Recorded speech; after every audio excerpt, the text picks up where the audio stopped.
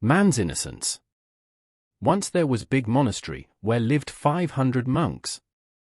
They were all practicing path of self-remembering under their master. One day a man went to monastery to become disciple. Master accepted him as disciple, but because he was simple, uneducated man from village, master gave him job of rice cleaning in kitchen. Monastery kitchen was big. Poor man used to wake up before sunrise and would go late into night doing his work of cleaning rice. He had no time left to attend sermons, prayers, or read scripture or listen to wise talks. All monks at monastery were great scholar and were known all over country. 20 years passed. Poor man continued just cleaning rice, doing nothing else. In all these years, he even forgot to count years, days, dates, and even became suspicious of his own name because for 20 years nobody had said his name or called him by his name.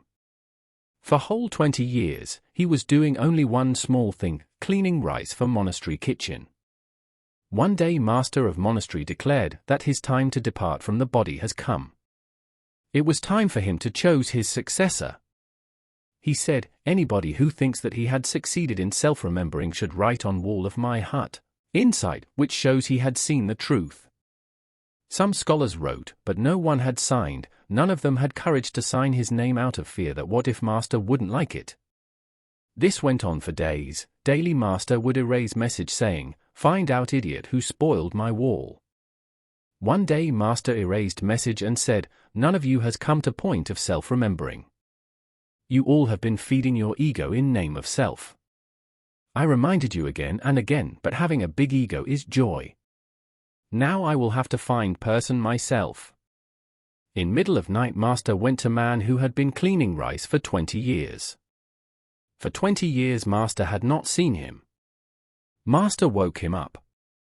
Because in 20 years he had just seen him once for few seconds when he was initiated. Man asked master, who are you? Why are you disturbing my sleep? Master said, I am your master.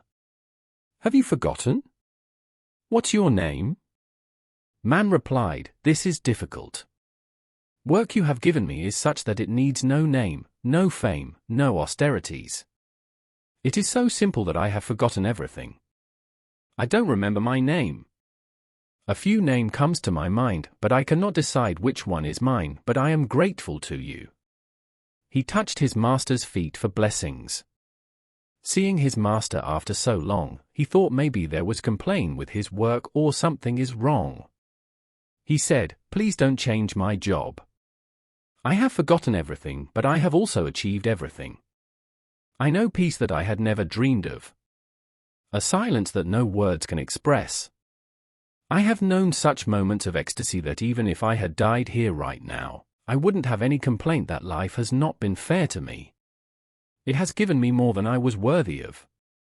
Please don't change my job. I am doing it perfectly well.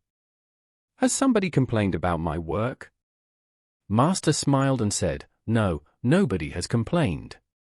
But still your job has to be changed because I'm choosing you as my successor. Man hesitantly replied, but I am only a rice cleaner. I don't know anything about being master or a disciple. Please forgive me, but I can't be your successor. I cannot handle such big job. Master still insisted, you have achieved which others have been trying to achieve but have failed.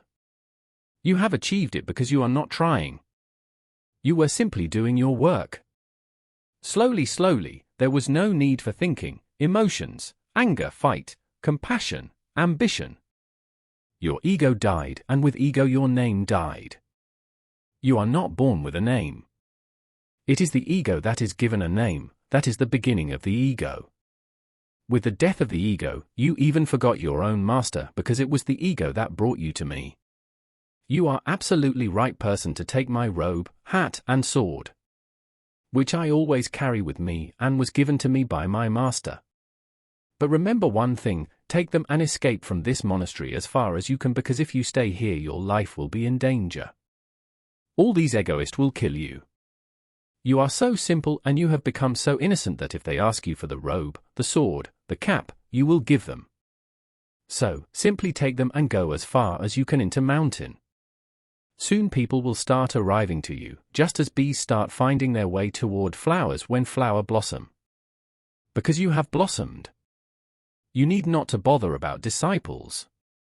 You simply remain silently in faraway place. People will come to you. Man replied, But, I have received no teaching, and I don't know what to teach them.